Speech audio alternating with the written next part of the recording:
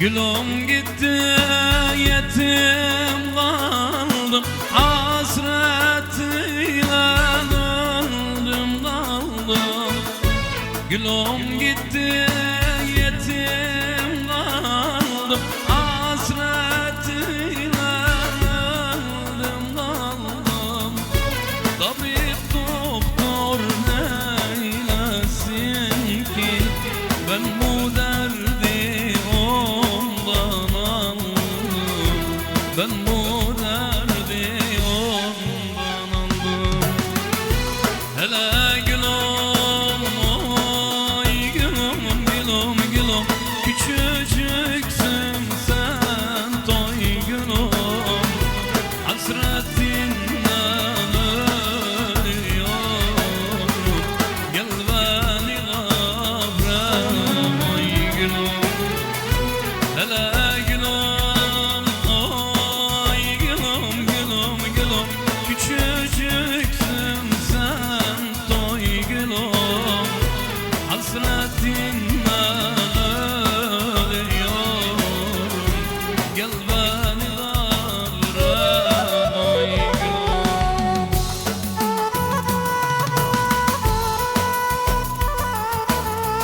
Gülüm gitti yetim kaldım, hasretiyle öldüm kaldım be gülüm. Gülüm gitti, kim yüzümü güldürecek,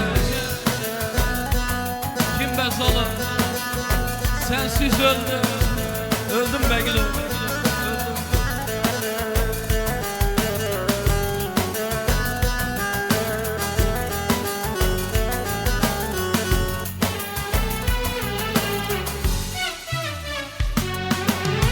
Gülüm beni terk edecek, hasretiyle öldürecek. Ben gülümden ayrılırsam kim yüzümü güldürecek, kim yüzümü güldürecek. Hele gülüm, oy gülüm, gülüm, gülüm, küçücüksün sen oy gülüm, hasretinden ölüyorum, gel beni kavrama oy gülüm. Hele gülüm, oy gülüm, küçücüksün sen toy gülüm, hasretinden ölüyorum,